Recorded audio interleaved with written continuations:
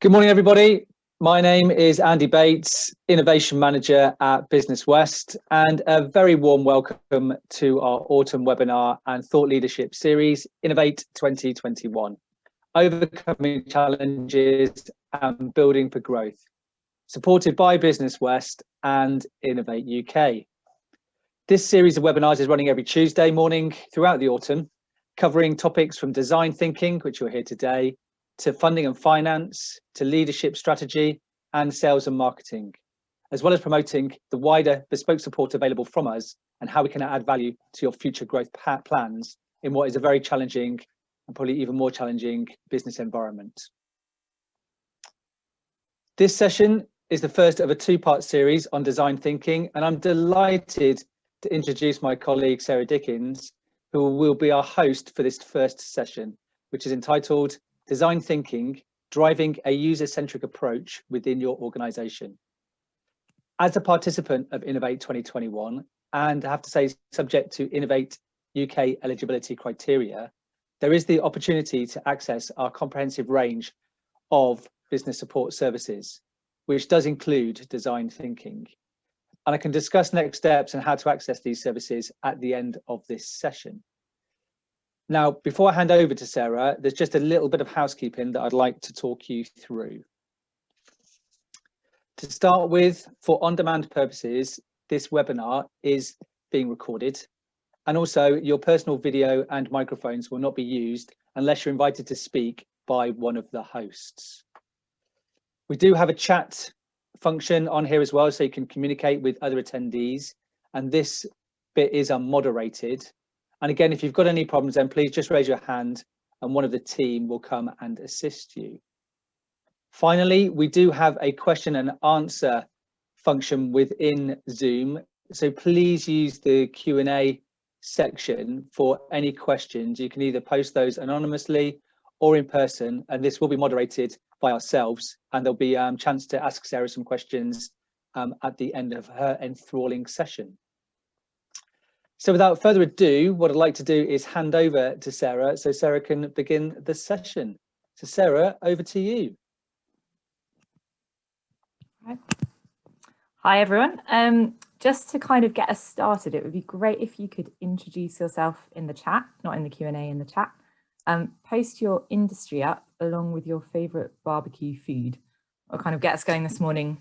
It will all become clear a little bit later, so it'd just be good to see who we have with us. So today's session is all about how to drive a user-centered approach within your organisation.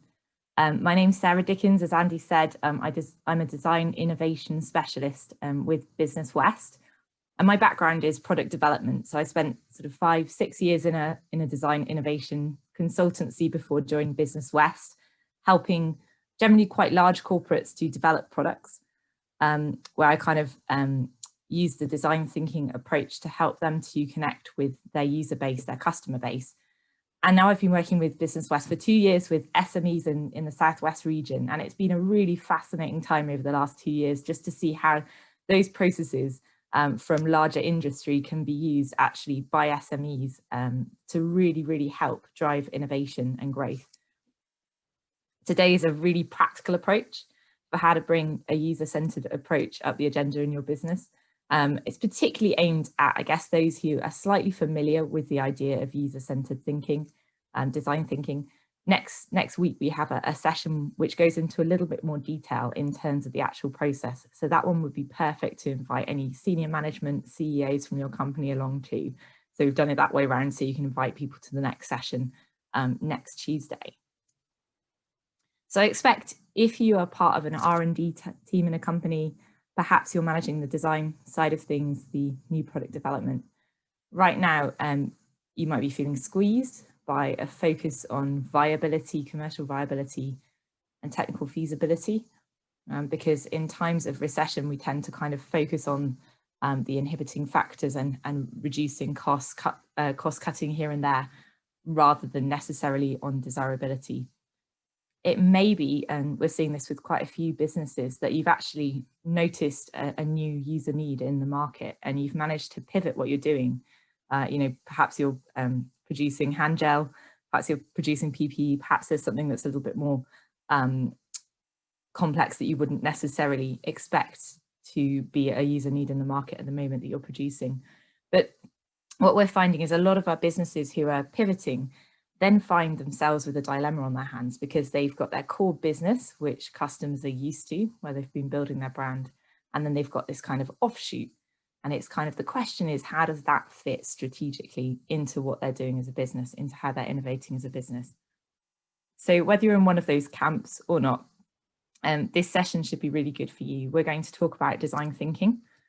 And one way I like to think of that is, I'll tell you a story. Over the summer, during the lockdown time, I had rather a lot of time on my hands. So I decided to build a barbecue, hence the barbecue question earlier.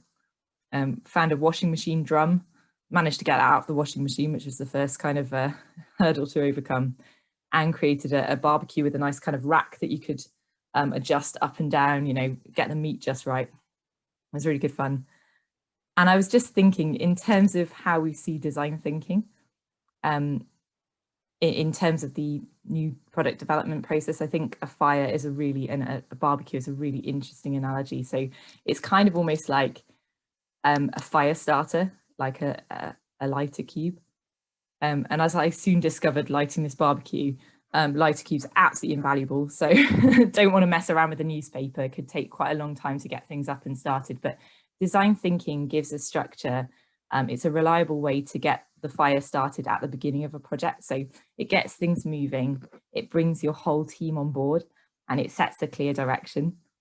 What it's not trying to do is replace a good project management process. It's that fire cube, it's that fire starter at the beginning. It's a blend of user insight, of creative thinking and linear thinking.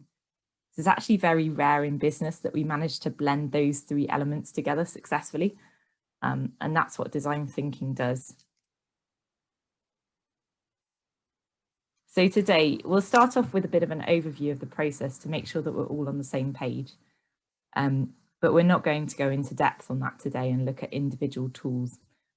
If you want to find out more about that, do come back and ask Andy to get in touch through our program, because we can obviously look at tools that would suit you. Then we'll look at an approach that might suit you as a business. And then we'll look at how to build culture. And that really is, I think, the key to design thinking is culture. So hopefully that will be interesting for those of you who are already actually practicing design thinking as well in the business. So first of all, for a bit of an overview of the process. First of all, we have a discovery. So discovery is the first stage of the process, and that really is about finding unmet user needs. So going out, doing first-hand kind of qualitative research with people.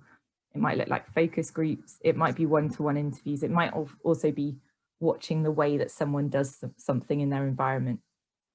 That's all discovery. It's kind of primary data gathering. The next stage is a really interesting stage called interpretation. And that's actually about looking at all of the data that we've collected in that first stage of discovery and identifying the insights.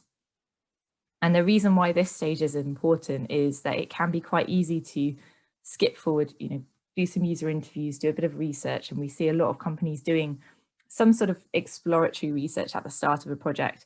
But if you just kind of implement what customers say, quite often you'll end up very me too to another organization, another business, because really you have to be quite clever in a competitive market to really suss out what are the kind of interesting, relevant insights which will differentiate you from the competition.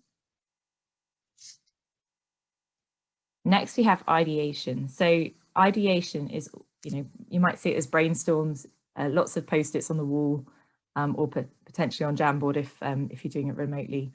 And ideation is all about creating new options, so new ideas to choose from. And that's because if we have a kind of wealth of different ideas to choose from, obviously we'll end up with the best ideas going forward. And then finally, we've got experimentation. So there's a great image here of a cockpit that I found, which is absolutely brilliant, kind of cardboard mock-up here. I presume it might be to scale, it looks pretty small. This is all about mocking things up at low fidelity. So this is about trying things out with users at a really early stage in the process before you've spent much time, resource, budget on an idea, on a concept, and working out how you can mock that up in some sort of low fidelity manner. So if it's an app, it might be using something like paper prototypes or InVision as a really quick way of mocking it up, in half a day. Or it might be creating a cardboard mock-up. In KD, my previous employer, we worked a lot with M&S and also with IKEA, and we used to do lots of sofas and sofa beds and those kind of things. So we were kind of mocking up these sofas at full scale in the office with loads of cardboard, so masses of cardboard. And it was amazing what you can find out just by actually sitting on something real. It's very easy for a designer to come up with something in CAD, and they call it CAD-eye actually, because they say, with CAD-eye you can end up creating something, and you create something that's meant to go in your hand and it's actually this large and it just doesn't fit. Or with the sofa you could end up creating it and it's just too short to put your feet up on. So those kind of things, we're mocking them up at low fidelity just to try out the idea. Oh, skip forward. So this is the whole process: discovery, interpretation, ideation, experimentation, and evolution. So evolution on the end, that's because if you do a project which has quite a wide scope, you may need to go back through this process again. It might be that at the start of the process, you've almost then, by the end of the first time you've been through the process, then you found your sort of focus area to focus on. This process is quite adaptable for all different types of projects. So again, in the design agency where I was working, we would sometimes have scopes which were as wide as sort of what's coming next in water, or what's the next big innovation in hair care, something like that. And actually you can use this process for really, really wide scope projects. Similarly, we would often work with manufacturers like Tetra Pak, where their tolerances were tiny, but they still saw the value of actually thinking a little bit wide in order to get the creative solution that maybe would fit within the 7 grams, I think it is, that you're allowed to have of plastic which sit on the Tetra Pak carton. The solution would have to fit those quite tight criteria, but it was still worthwhile thinking creatively to start with. So I have 3 kind of very brief top tips when it comes to the design thinking process. So it is a process, a bit like a recipe. If you change things around, if you miss bits out, like the interpretation phase, for instance, it won't give the same results. It is easy with a process like this to do it as a tick box exercise, as opposed to actually finding new information and actually following the direction that you find. So it's just that it is a process. One of the key challenges I see, particularly with CEOs or those who have ideas in the company, I'm sure I would be in this category as well, is it can be really hard to put your own ideas through the same process as everyone else's. One of the absolute beauties of design thinking is that it helps to flatten the hierarchy in a business. So it helps to empower people on your team to actually have ideas and contribute really well. It kind of often helps to get past that startup kind of one idea guy kind of situation where you end up as the founder being the only one who's having the ideas and then just getting other people to implement them. It really helps people to work and input as a team. But that only works if you're able to put your ideas through the same process. So at the end of, say, a big brainstorm, you quite often have a selection process. So it's absolutely instrumental then that your ideas go into the brainstorm and that then they get selected by the same criteria. And if the criteria are wrong, then you can change the criteria, but you don't just bypass the process with your own ideas. And then the third tip here is that it can be really helpful to bring in an expert to start with. I haven't really seen this process done well where people have purely learned it online, because it is a bit of a mindset shift. It is a different way of thinking. And that might be where we can help you. So if you're an innovative SME in the Southwest, do get in touch with our team, and we can often offer hours as part of our support program to help you to kind of kick this process off in your business. This year with COVID-19, we've actually been able to offer some extra support, and it has been so amazing to go back into companies where we've done this process a couple of years ago and see how they've moved on. Maybe they've taken on a designer because they've seen the value in the role. Maybe now they're doing some discovery work. They're getting to the point of having products out there which have come out of this process. And it's been fascinating for me to be able to do that feedback and to go back in. Really, really exciting. So those are my 3 top tips. See the process through because it's a process. Put your own ideas through the same process and bring in an expert to start with. And that is all I'm going to do on process today. Do come back to us to find out a bit more, but I really want the emphasis of this webinar to be on finding an approach that suits you as a company, and then also on the culture aspect. So finding an approach that suits you as a company. Factors to consider. There's a really interesting thing called design maturity, which is almost like a measure of how far design has penetrated into your company. And that can be really helpful to consider where you are at the moment. Consider the style that you manage your projects in. Consider the scope of the project. We've already talked a little bit about that. And then really importantly, the level of buy-in. So, you know, are the team on board? Do they know the approach? Are they familiar? What about your management? The time and budget, do you have those at your disposal? So we're going to look through each of these in turn. First of all, design maturity. So this is actually the design maturity ladder, which was originally developed by the Danish Design Centre in 2001. And it's almost a process that quite a lot of businesses go on. So some businesses will have no real place for design in what they're doing. I'm sure you've seen some of the websites that come out of that, you know, maybe more in the manufacturing sector. A business can be fairly successful without having design at its heart, up to a point. Then some businesses may see design as styling. That's quite common. So, you know, you have your website designer, graphic designer, product designer, and they're looking at the styling, the form that's going on there. And then we have design as process. So in stage 3, that's where design begins to affect and impact the way that we're kind of bringing products to the market. So we go out and do some sort of user engagement with people. This is where the process that I've been talking about comes into play, really. This is where we're doing a process. We're going out, asking people what they want, interpreting what they say to us, and then actually implementing some of those ideas. So that's where companies begin to start to be sort of user-centric there. And then we have designer strategy, and that, I guess, is the holy grail, really. That's where throughout the company, there's an appreciation for the need to see what customers want, to see what users need, and to bring that into the everyday agenda. So that will affect budgets, that will affect the way that resources are managed, it will affect timing. That's not to say there won't be assessment of feasibility and viability in there as well, but it's just that design is high on the agenda there. That's the holy grail. So where are you at the moment in that journey? Interesting to think. Going back to the analogy of starting a fire, so for a barbecue,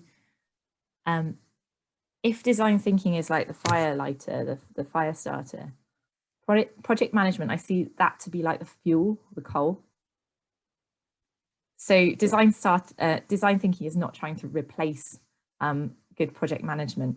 Obviously, quite a lot of businesses come to us and they're already running a really successful agile program in their business, which, you know, if you're not familiar with agile, really worth looking into, particularly for software companies and for those companies that need to make sort of rapid adaptations in the market, maybe new things coming up. And for a company like that, they would need a very different design thinking approach to someone who's using a waterfall or more traditional project management methods. So it's really worth thinking what type of project management you have in place. It's also worth saying that if you're quite a young startup and you don't yet have a kind of a formal project management system, it might be worth looking into that before looking into design thinking, because design thinking can be a great way to get the project started. But, you know, without fuel for the fire, a fire lighter cube is not going to last very long. So it's just worth kind of putting all of those different parts of the puzzle together.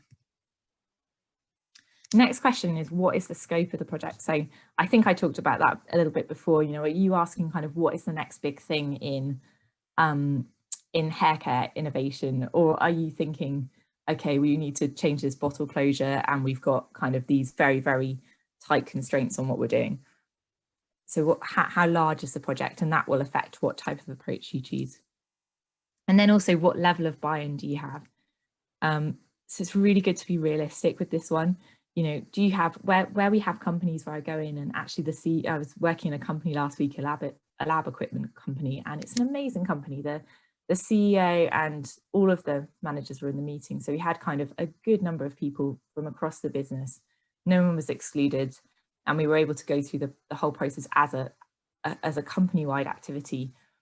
And because we had that level of buy-in, it means that we can take the time to do those sessions in a very different way to if I was going into a company and actually the person who is in touch with us is a designer themselves, and maybe there's not much buy-in in the rest of the company. There's not really much time. There's not really that much budget. There are still things that you can do even from that situation, but it's just worth being realistic, kind of what level of buy-in do you have? What level of time and budget? And then taking all of those factors into consideration. So the project management style, I'm going to forget one now, the project management style, the level of buy-in, where you are already in terms of design maturity, and there was definitely one more in there, but anyway, all of those different factors for consideration. There's a couple of different approaches. So splitting it very simply, there's a sort of design sprint approach, which is derived from agile processes, and there's a traditional approach which tends to be more of a phased approach. With a design sprint, it looks like a sort of week-long or possibly 2-week-long workshop with the whole team. It's great for getting the team on board at the beginning of a project. You get sort of rapid, visible progress because you're doing something in a full week. But you do need a really well-defined challenge for that. So you need to know exactly what you're focusing on in that week. And typically, you know, that might look like on the first day of the week doing some discovery, so going out and talking to people. On the second day, you do some interpretation exercises. On the third day, you probably have a big group brainstorm to have lots of ideas, and then you'd kind of select those ideas by rationale criteria and bring in the sort of technical gurus in the company on the fourth day. And then on the fifth day, you'd end up doing some kind of how can we mock this up in a really simple way and testing it past users. So by the end of that week, you would have a good idea of the concepts that you're taking forward and what real people actually think of those concepts. That's a brilliant approach, but it doesn't work for everything.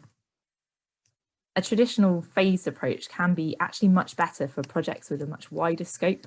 So several of our clients have, you know, multiple stakeholders, and to be honest, it took us several hours with one client to even go through the list of stakeholders to prioritize which stakeholders to look at first. So, you know, if you have like 25 different types of stakeholders, design sprint is not going to help you out there.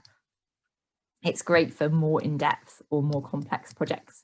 And also sometimes it will just fit with the way that the company's run. So if you're running a Prince2 sort of project management program, if you have stage gates to get through, a phased approach will be much more suitable than a design sprint for you. So obviously, all of this information, if you're thinking to this level, it's probably worth coming back to us and having a conversation about this, and we can point you in the right direction. So then on to my favorite topic at the end of here. So how to build culture. I think this is the kind of key for design thinking, really. It's the kind of glue that holds everything else together. How to build culture. So if we go back to the same kind of analogy with the barbecue, culture is pretty much like the oxygen. So you kind of need the culture in order for design thinking to flow effectively. Culture can be quite a scary word. But it's so important. When I go into companies, I mentioned the lab equipment company that we were working with earlier, and it's brilliant because some companies do take to design thinking like a duck to water, and it's like they've got the culture there already and they just need a bit of process and a bit of structure to just optimize what they're doing already. Brilliant, brilliant. Other companies, and I'm sure there will be some of you who are on the call thinking, oh no, culture, because culture is a really it's a real sore point for you as a company. And I don't doubt that in this kind of time of crisis at the moment, we're almost more aware of what a company culture is, because a company with a great culture will be quite resilient in a time of crisis like this. Whereas if there's any type of lack in quote culture, any kind of crack, it will be showing at the moment. So I'm sure that for some of you, this might be a bit of a sore point, and there will be kind of hard things going on in your company culture. Maybe if there are redundancies being made at the moment, maybe if there's a real squeeze on budgets, or maybe some of the projects which are more interesting to work on or more fulfilling are being pulled. If there's that kind of culture of a fear, it can be really, really difficult to, to put design thinking process into that. So I think that's why we have to be really intelligent, really wise when it comes to culture. So I'm going to go through a few ideas, observations that I've seen in companies and when it comes to culture. The first note is that it is possible to change culture. I think culture can be that kind of magic word where everyone kind of groans and goes, oh man, like culture, how do we change that? But culture, it's made up of a few different constituent parts, and it is possible to change. We have some folk in-house here who really specialize in leadership management. So actually this is also kind of bordering on their area as well. I've got a picture in the background here of some sort of colonies on some agar gel. And just in the same way that when you're working, I do not know much about this industry, but when you're working with bacteria, when you're working with yeast, if you give it certain environmental factors, if you put the right things in, then you get the right things out. So it might take some experimentation for your company. You know, you may need to try a few different things, but it is possible to change culture.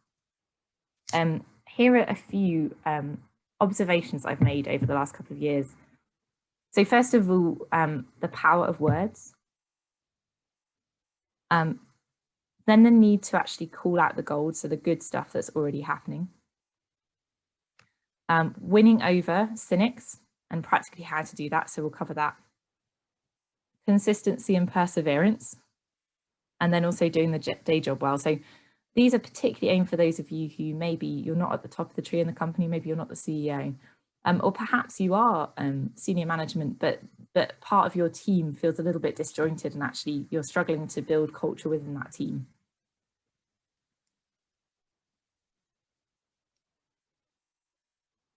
The power of words. So I'm going to start with a story here. So in a previous role, which I will not mention, I did a placement role for a year, and it was really interesting because working in that design agency, there was that kind of unspoken motto of we wing it. And the problem with a motto like that is that it does kind of penetrate into everything that you do. So if someone went and had a brilliant client meeting, they'd come back to the office and they kind of go, oh, phew, now what is the past tense of wing it? You know, wung it? We wing. Well, we always wing it anyway. So actually, we got away with it really well there. And there would be no learning of what they'd done well. Similarly, if someone went to a meeting and actually that meeting went really, really badly, and the project was kind of going poorly, which there were a few examples of, they'd also come back and go, oh, you know, well, we always wing it anyway. So, you know, there was no responsibility there. And that small sort of catchphrase was actually responsible for so much damage in that company, because it was a brilliant excuse. You know, it's a brilliant excuse to kind of stop people from taking responsibility for and learning from mistakes, even learning from the good things that they were doing. So I wanted to talk about the power of words. Words reveal how we think and our beliefs about a company. And by changing the way we talk, we change the way we think, and then we transform culture. And this is one of the most powerful things for me. So actually the second business, the business that I worked in just before this, the design agency in Bristol, went through an amazing amount of change and completely the opposite. So they actually did a coaching program, and the senior management there came up with their ambition, and every company meeting they would say, we are expert trusted partners. You know, they had a spiel that they would say at this company meeting. And I saw it over the kind of the years that I was there. I think it's over about 3 years. The company changed from having fairly small sized clients, kind of yeah, so it was kind of startups out of the university, nothing wrong with that, but kind of in terms of where they wanted to get to, they needed some larger clients. And in that kind of 3-year gap, they ended up working with quite a few B2C sort of international companies, corporates. They just completely changed their customer base over the course of that 3 years.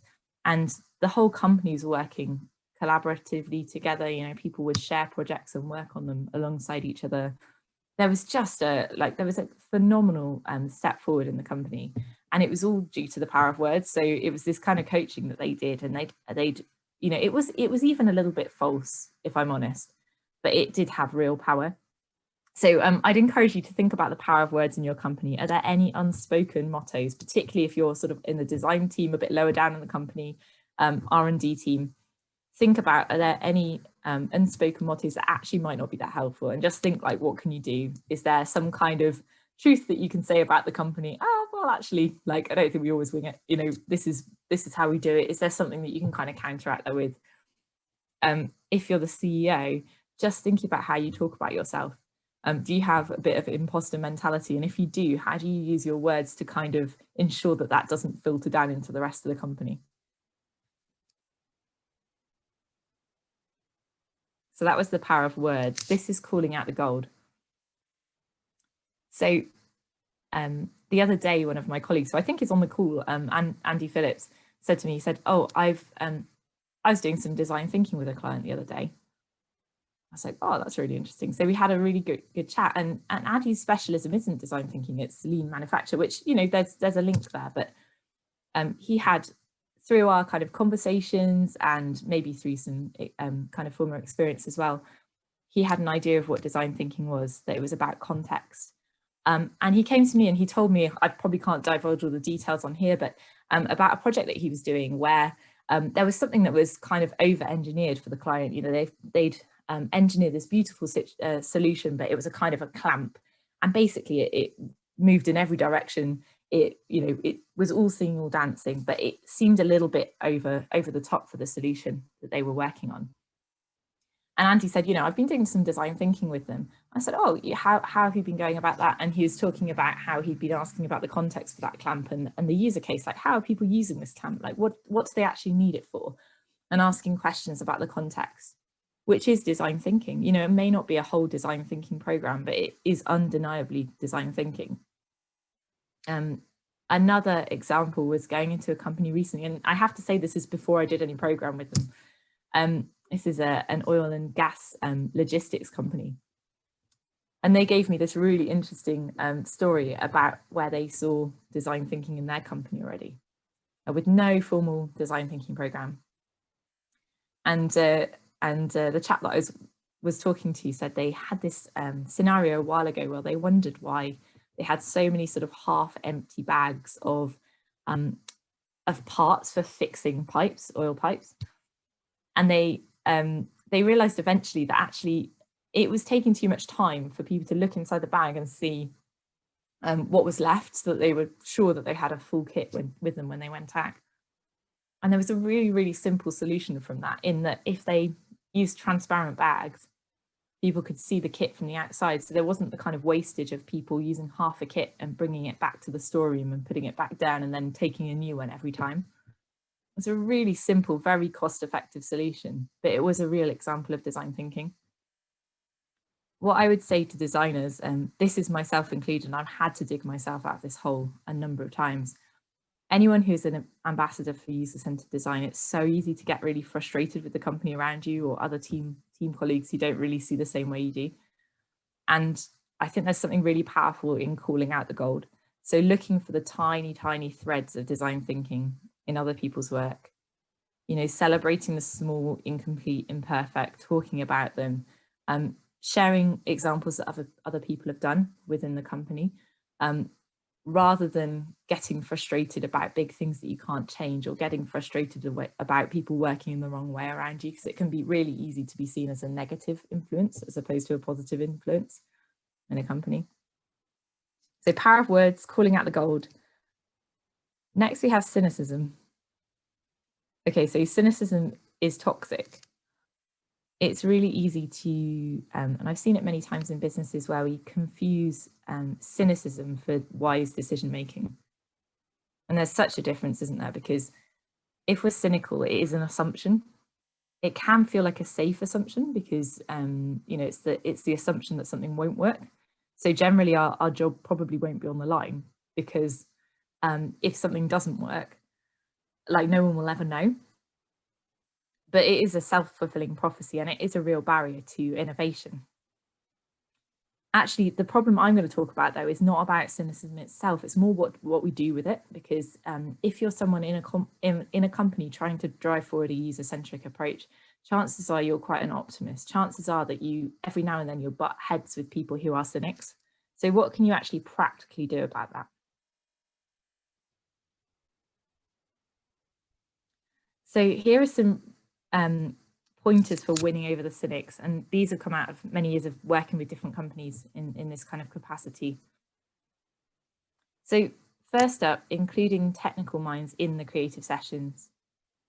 So if you can get some of your engineers, some of your software developers to actually join in the creative sessions with you through the design thinking process, that's really powerful, because then they're on board from the start. You don't have this kind of handover where people don't quite believe each other in terms of why things need to happen a certain way, and really help to preserve the integrity of design.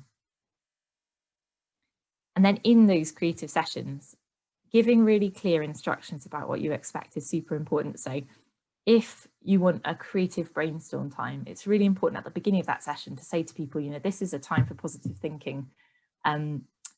It's a time to say yes and rather than no but, yes but.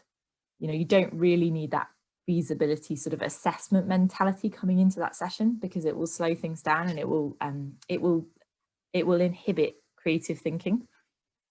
But then equally, you need to plan to assess that feasibility or viability at the end of the session. And for cynics, that can be really reassuring to know that there's going to be a point in the day when you need their input, when you're going to listen to them, when they're not going to end up being given loads of things to work with suddenly that they have no input on and are completely infeasible or not viable for the company.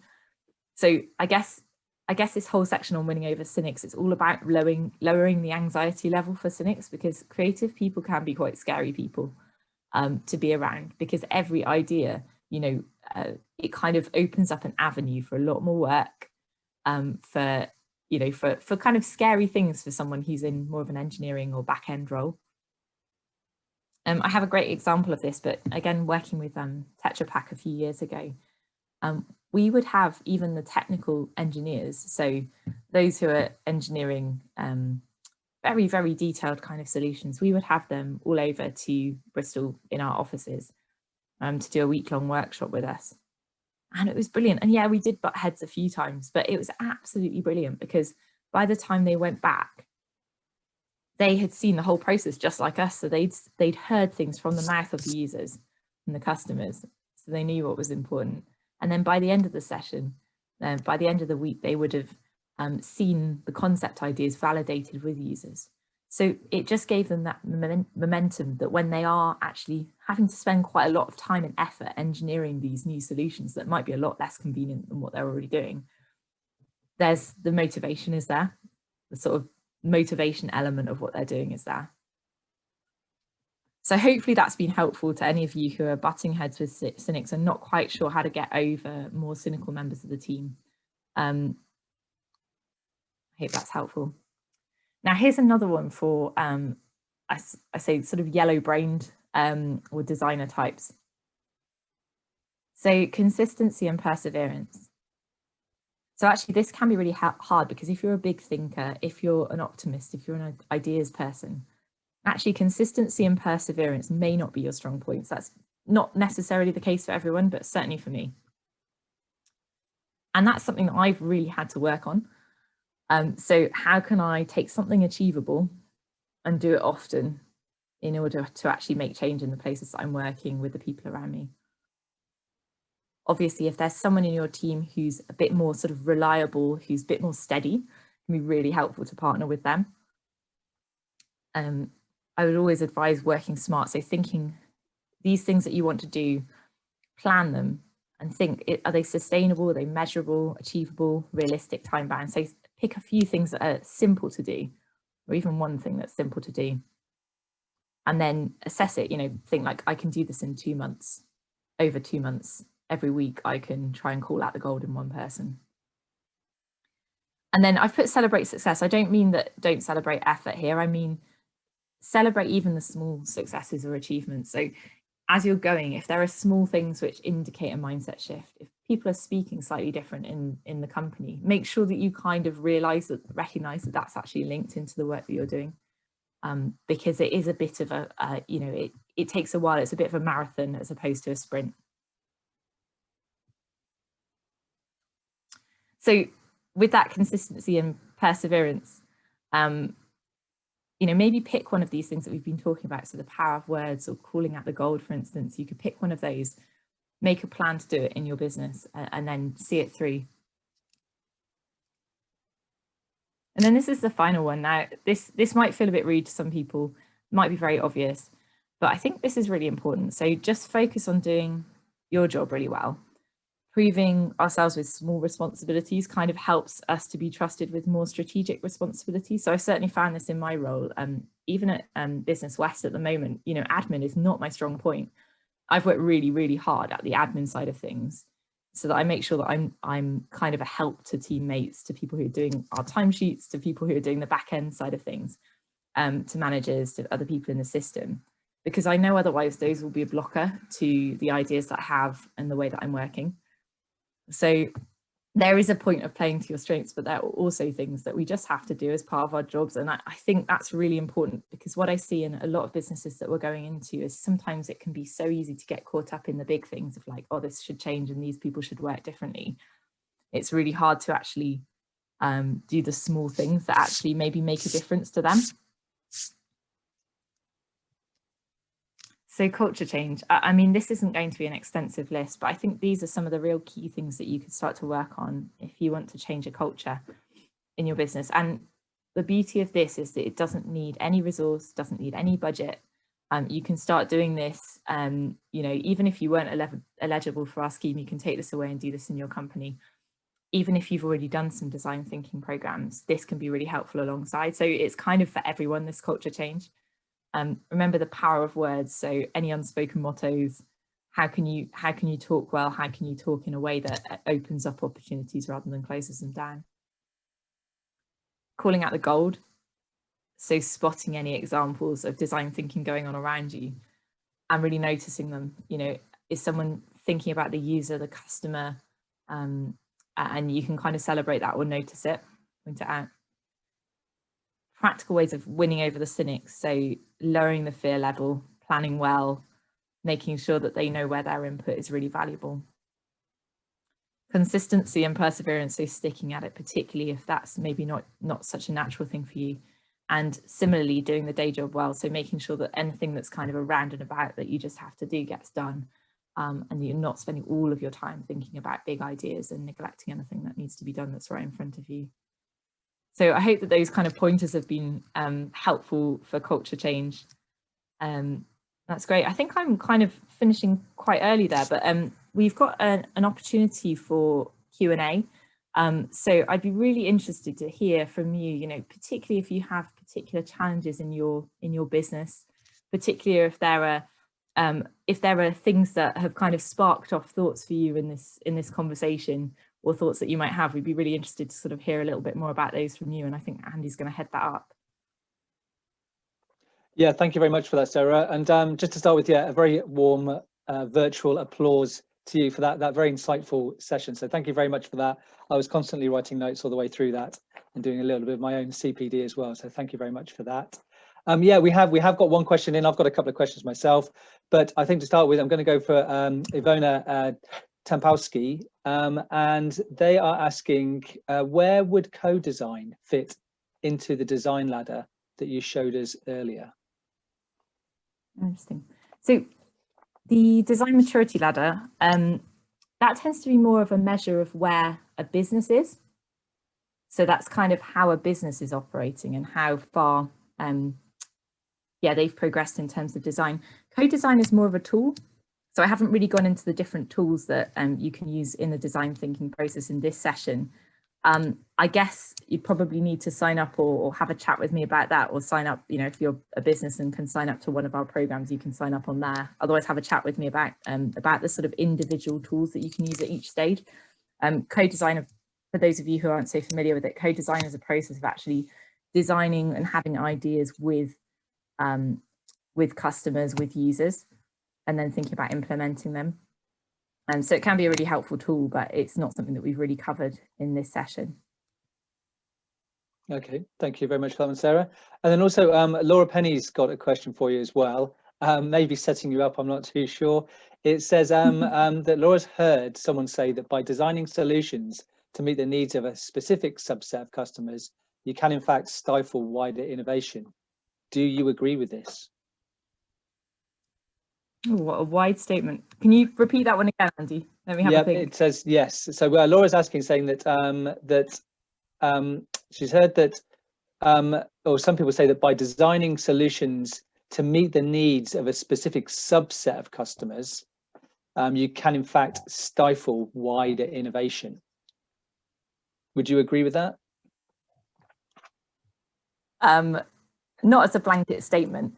So I think what we're talking about there is checking that you've got your customer base right. So that's super important in terms of who you're doing those discovery phases with. So you need to make sure that you've got the customer base right. Design thinking is focusing on depth. And I think that's really important, because what I see actually is almost the opposite of the quote that you've brought forward, is that many businesses are trying to fulfill a really wide group of needs for a really wide group of users. And what they tend to do is miss all of them. So it tends to be more effective actually to take a subset, to find out what their needs are, to really, really make sure that you're fulfilling those needs and get those people on board, and then to look at another subset and to kind of build your ideas, build your innovation like that in sort of chunks, almost by looking at different segments of customers and really checking that you're hitting their, that you're sort of answering their needs, rather than looking at the market as a whole, because it's very, very difficult to create something that fulfills a need for everyone without really looking in depth. Hopefully that's kind of answered your question. Is there anything else on that one? Type it in the, yeah, maybe Laura can come forward and type that one through. I guess for me as well, it kind of picks up on what you were saying a bit earlier as well, Sarah, around you were talking about not just focusing on what customers say, because that can take you down a certain route. But if you can observe what your customers are doing and how they interact with whatever your service or your product is, then maybe that's starting to hone you in a bit as well. So it's that taking it to that next level is where I'm going with that. They're flying in thick and fast now. Like, yeah, really that's it. Yeah, insights that you can then answer, that you can kind of have something that's meaningful for people. Yeah, absolutely. Yeah, absolutely. Now then, there was a couple more here. Oh yes, so one from Jake Larson, and Jake was asking, great talk, Sarah. So thank you very much for that, Jake. And also, can you reconcile the differences between design by committee versus collaborative design? Ooh, really interesting. Thanks, Jake. Yes, I think these tools and structures do really help with collaborative design as opposed to design by committee, which I think you know already because you have a design thinking background. So thanks for that. I think in terms of, so collaborative design ends up with the sort of the optimum sum of the parts. So these tools are, like where you're splitting almost creative sections and then assessment feasibility at the end of a creative session. You're splitting out these different elements. So you end up with something that is kind of the best sum of the parts, whereas design by committee, quite often you can kind of do that cynicism thing that we talked about earlier, and you can end up with a bit of groupthink. So you end up with everyone sort of, maybe you're swayed by a particular personality in the group, maybe there's just an air of cynicism anyway, but you can end up with the sort of almost like the lowest common denominator. You can almost end up with I'm not explaining that very well, but you can end up with a sort of the one thing that everyone's sort of vaguely happy with, as opposed to like an outstanding design. So I think actually that's probably the beauty of this process is having a structure for collaboration as opposed to design by committee. But thanks for that question, Jake. That's really interesting. Have you got any more? Oh. You've probably got a good answer for that one as well, I imagine. Yeah, I was coming at it from where you're coming at it from, Sarah, as well, which was the if you're not careful, it's a bit like choosing your president for the European Commission or something like that, where you end up with the candidate that everybody thinks is okay, as opposed to something that's stunning. And it comes back to what we were saying before about maybe the observation and the evidence base for your decisions, as opposed to we just all agree. So yeah, again, focusing on the user-centric side of all of this, as opposed to what everyone in the design room thinks. Also, just actually, quickly, Laura. Oh, sorry, Laura's just, we've got a few more questions coming through, Sarah, that's all. Also, just Laura's saying, perfect, thanks. And just for the record, she didn't agree with the statement that she heard either. I think she was just putting it out there just to get some better understanding. So thanks for that, Laura. Yeah, that's good. Yeah. Thanks, Laura. I'd like to pick up on Melina as well, Melina Waterworth. Got a really good one here, which is how would you implement design thinking in the process of founding and starting up a company? What would be the key things to focus on in those really early days of starting up a company? That's a really interesting question. I think it probably, one of the really big factors is how much budget you have at the startup of the company. Sounds like a really boring factor, but actually, design thinking does take a bit of time. And that will really, if you have a minimal budget, I would go for something like a design sprint and, kind of do a focused week of work and make sure that you have everyone on board at the beginning of the project. Because what I do see with some companies is almost they can get stuck in the discovery phase if they're very young and don't have like operations going on around them, don't have like processes going on around them. So I think there's a kind of a bit of a beware there. I would definitely get some sort of expert advice with that as well. So if you're, I'm quite happy to have a chat with people about these kind of scenarios, but so choosing something that's manageable and that fits your budget constraints and making sure that you're not getting stuck in discovery mode just for the sake of it. Yeah, I think I'm with you on that. But that early adoption and learning from that, and again how people are using your products, your platforms, whatever it is. I think that leads quite nicely into Samuel Matthew, who's got a question which feeds into one that I was going to ask as well, but I'll do Samuel's and I can feed off the back of that, which is what are the challenges involved in actually getting real customers involved in the design process? Lots. So actually, one of the things it's interesting. So with co-design, which was mentioned earlier, that companies either tend to do one thing or the other. So I think what I see is that, some companies end up listening so much to real people that they almost end up producing something that maybe another company's already producing. So they're kind of almost taking people at their word. I've, see that quite a lot. The other thing that we tend to see is companies doing some kind of exploration and their own agenda being so strong that they almost don't listen to what people are saying. So there's a kind of both sides of that. The real challenge is to hear people, to ask in-depth enough questions to really get to insights, to really find out what people actually need, and then doing that interpretation phase that we talked about. So actually doing some activities that help to unpick what they've said, as opposed to just implementing it straight away. I know that's not an easy short answer, but I think it's not an easy short problem. So hopefully that's a little bit of a pointer. And I mean, it might be semantics. You can tell me if it is. Do you see a difference between customer and user? Do you ever see that difference? Yeah, so there's lots of different people often involved in a product, so there'll be lots of different stakeholders. So the user would generally be the person who's actually, maybe handling the product, actually using the product, and sometimes that will be the customer. So that will be the customer's the person who has the purchasing power.